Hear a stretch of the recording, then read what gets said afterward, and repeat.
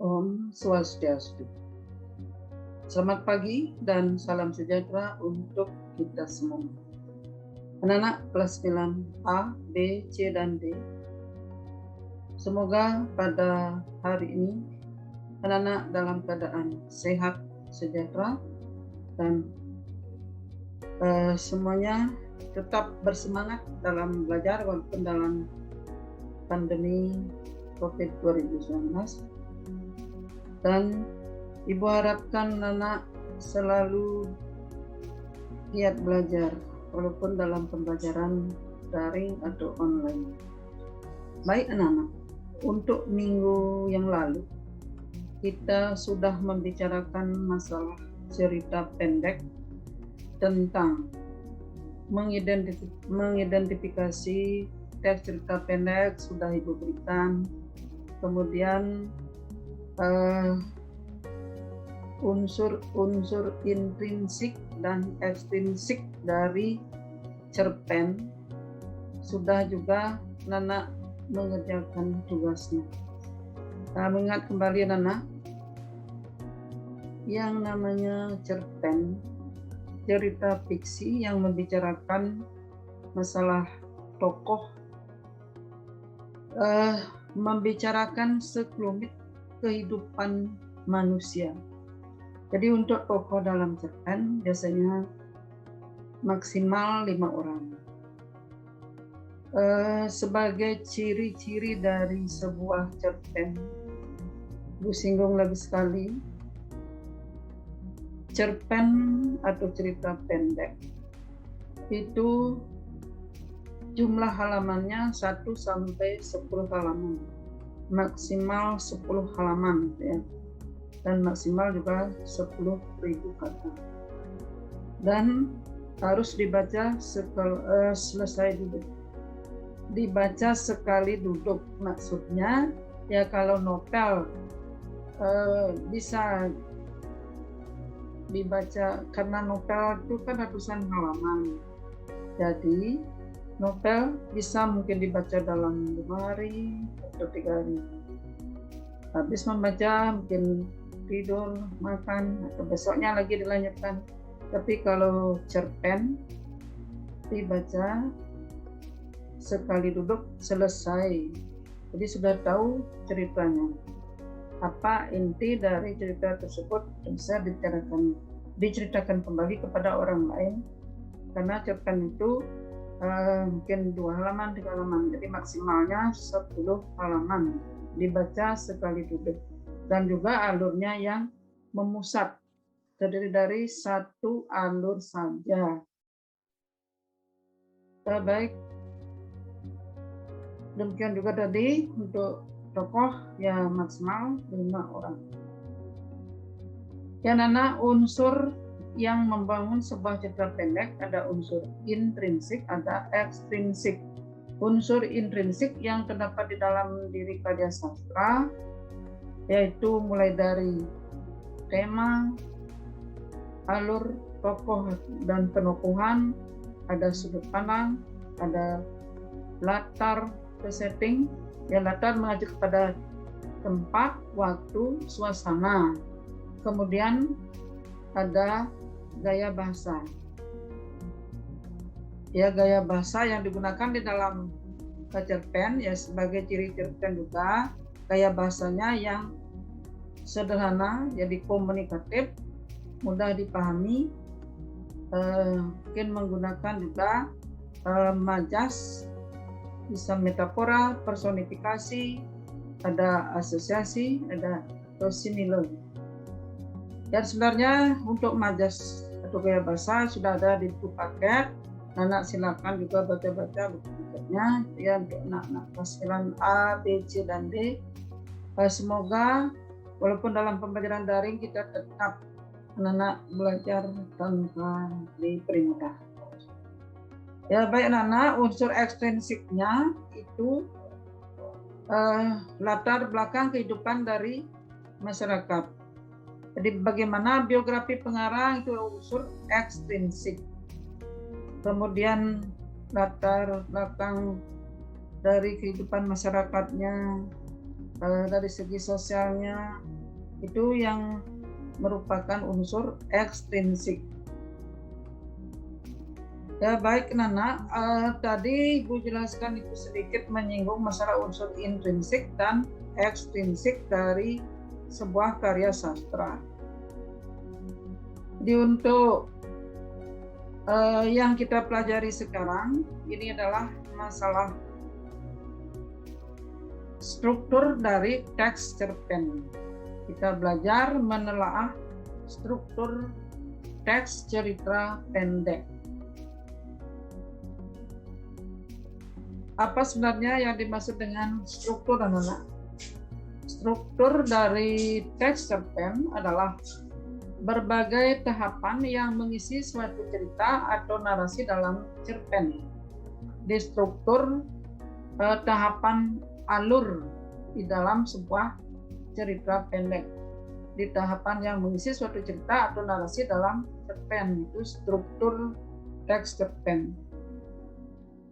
Nah, untuk struktur cerita pendek sebenarnya ada 4. Jadi tahapan alur dalam cerita pendek mulai dari tahap orientasi, kemudian tahap komplikasi, ada evaluasi, ada resolusi.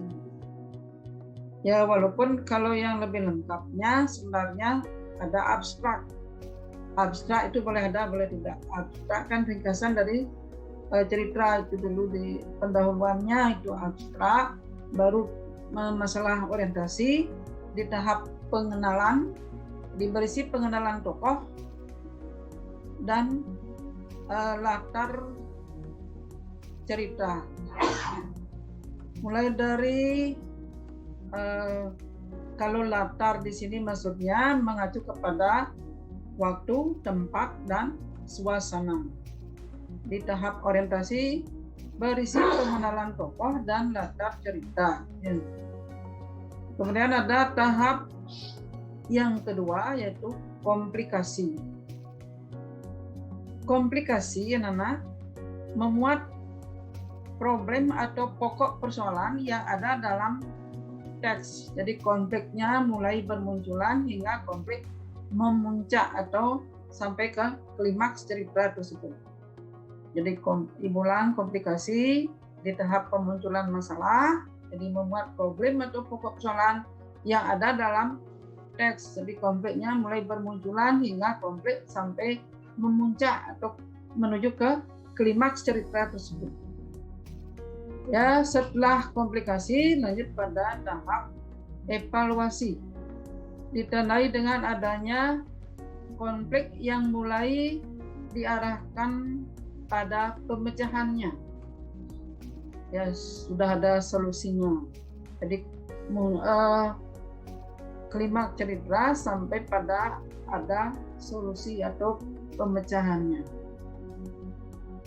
Ya, Nana lanjut pada tahapan alur atau struktur cerita pendek yang terakhir adalah resolusi. Ya Nana, untuk resolusi silakan disimak Nana. Ditandai dengan upaya pengarang untuk mengungkapkan solusi dari berbagai konflik yang dialami tokoh dan endingnya. Jadi masing-masing tokoh itu sudah berusaha mencari jalan keluarnya sehingga cerita akan berakhir. Jadi ulang, ditandai dengan upaya pengarang untuk mengungkapkan solusi dari berbagai konflik yang dialami tokoh dan endingnya. Jadi masing-masing tokoh berusaha mencari jalan keluar dan sampai pada cerita berakhir. Apakah akhir ceritanya sedih atau gembira? Itu sampai pada nanti namanya pada koda. Nah, selain Nana lanjut untuk struktur cerita pendek. Sekarang dijelaskan contohnya. Nana lihat dulu contoh tahapan alur cerita atau struktur teks cerpen. Ini diterapkan dalam cerpen anak. Perhatikan kalimat berikut. Ini untuk tahap orientasi. Ara adalah nama panggilanku. Nama panjangku adalah Cemara. Bapak yang memberiku nama Cemara. Aku mempunyai seorang ibu yang sangat baik. Aku juga mempunyai kakak perempuan yang cantik dan baik, walaupun ia terkadang suka marah. Ini pengenalan cerita anak memperkenalkan tokoh aku dan juga latarnya. Tokoh aku yaitu Cemara. Jadi untuk tahap orientasi itu sudah anak pengenalan cerita. Sekarang lanjut pada tahap komplikasi. Jadi struktur teks cerpen yang kedua yaitu komplikasi. Ya, perhatikan anak-anak mungkin bisa membaca dari video yang diberikan contoh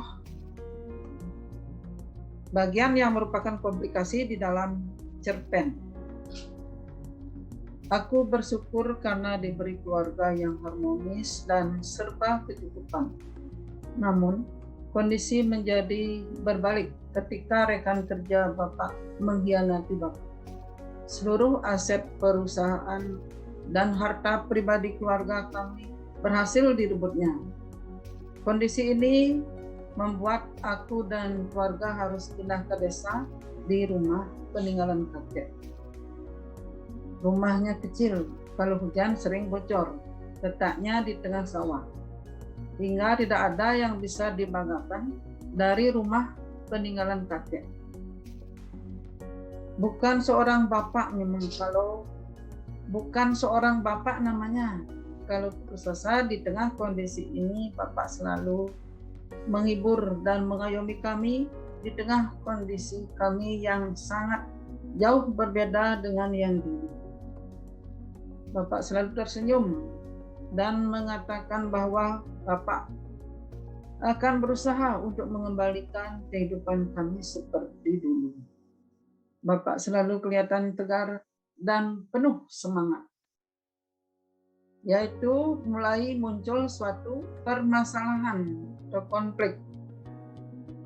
Jadi tokoh seorang bapak yang dikhianati oleh teman sekerjanya.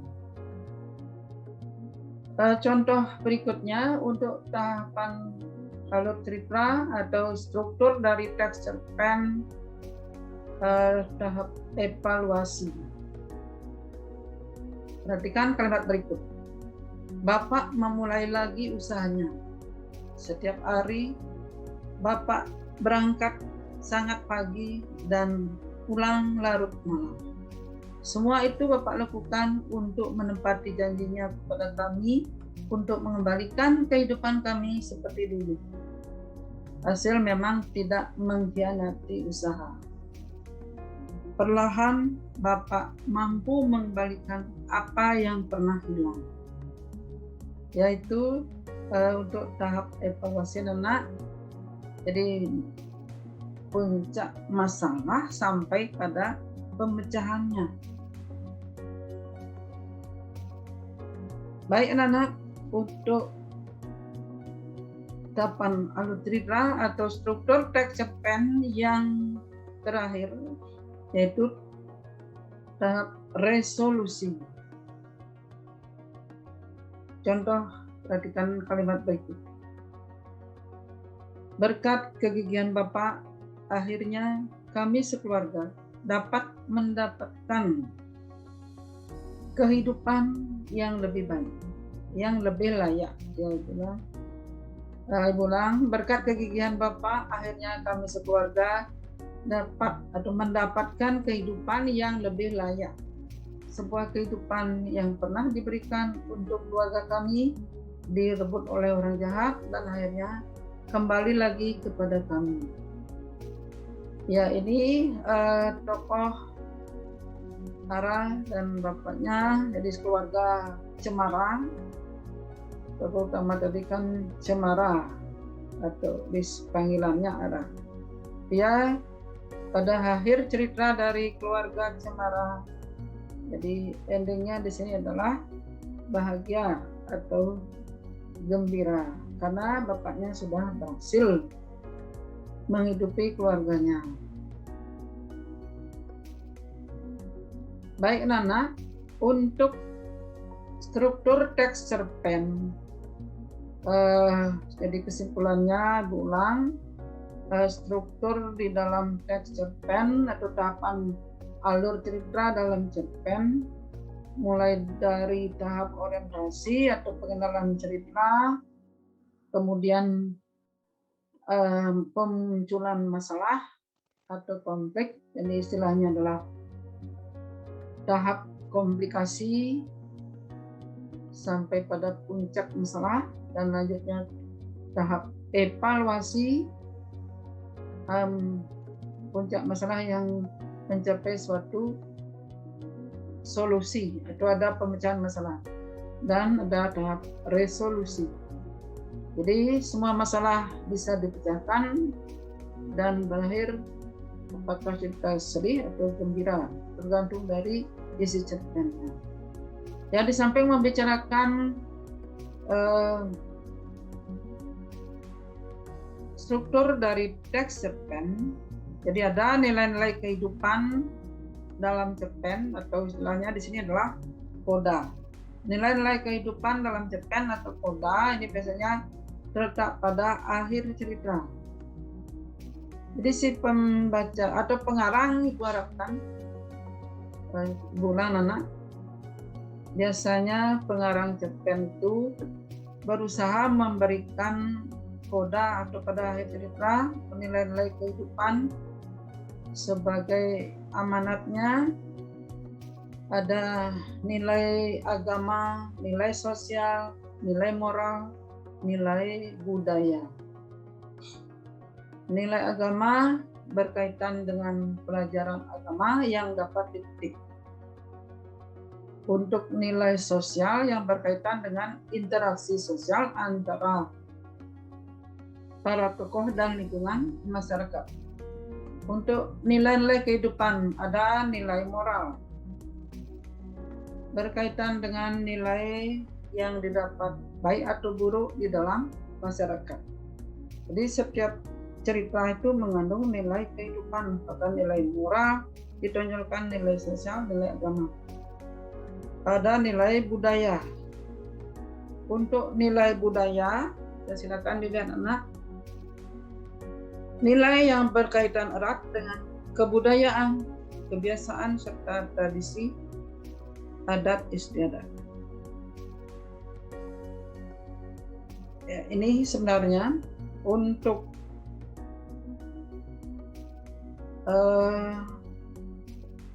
unsur ekstrinsik, ya unsur yang terdapat di luar diri karya sastra, jadi yang mempengaruhi hasil karya sastra dari pengarang itu kan masalah aliran sastra juga, bagaimana riwayat pengarang, adat istiadat pengarang, pendidikannya, itu yang mempengaruhi hasil sastra dari pengarang.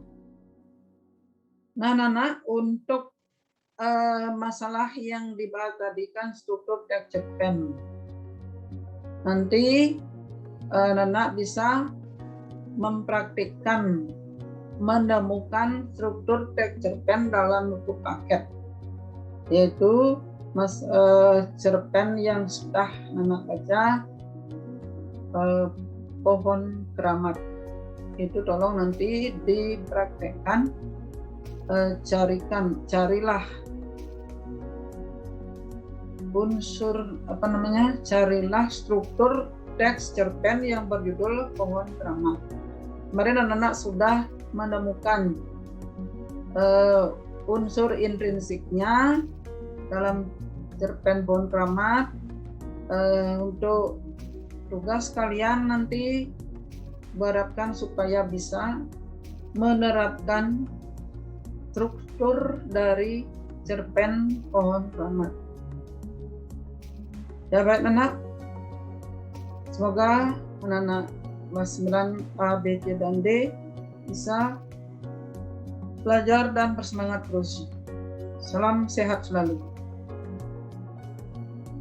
Baik anak, tadi Bawali dengan Om Swastiastu. Sekarang Ibu akhiri dengan Om Santi Santi Santi Om.